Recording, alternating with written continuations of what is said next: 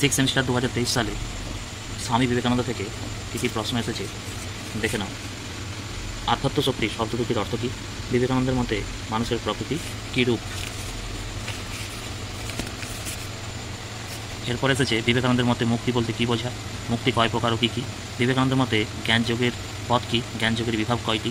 স্বামী বিবেকানন্দের মতে বৈরাগ্য কী? বিবেকানন্দের মতে রাজযোগ কী? বিবেকানন্দের মতে ধর্ম কী? ভক্তিযোগ কী? অমরত্ব কী? কাছের ধর্মের উৎস কী? বিবেকানন্দের দৃষ্টিতে গ্রহণ শব্দের অর্থ কী? রাজযোগের উদ্ভাবককে? ঈশ্বর ধারণা কী? ব্যবহারিক বেদান্তের প্রকৃত অর্থ কী? এরপরে দেখো 5 নম্বরের কী কী প্রশ্ন এসেছে। 5 নম্বরের প্রশ্ন এসেছে স্বামী বিবেকানন্দের দৃষ্টিতে মানুষের স্বাধীনতা ও কর্ম বিষয়ে সংক্ষিপ্ত পরিচয় দাও। যোগ শব্দের অর্থ কী? স্বামী বিবেকানন্দের দৃষ্টিতে যোগ শব্দের অর্থ। মহর্ষি পতঞ্জলির উদ্ভাবিত যোগ কীভাবে মানুষের মুক্তি সহায়ক হতে পারে? ধর্মের বহুত্ব অপ্রয়োজনীয় কেন? স্বামী বিবেকানন্দের দৃষ্টিতে ধর্মের উৎস বিষয়ে সংক্ষিপ্ত আলোচনা। আর পড়েছে বিবেকানন্দের কর্মযোগ।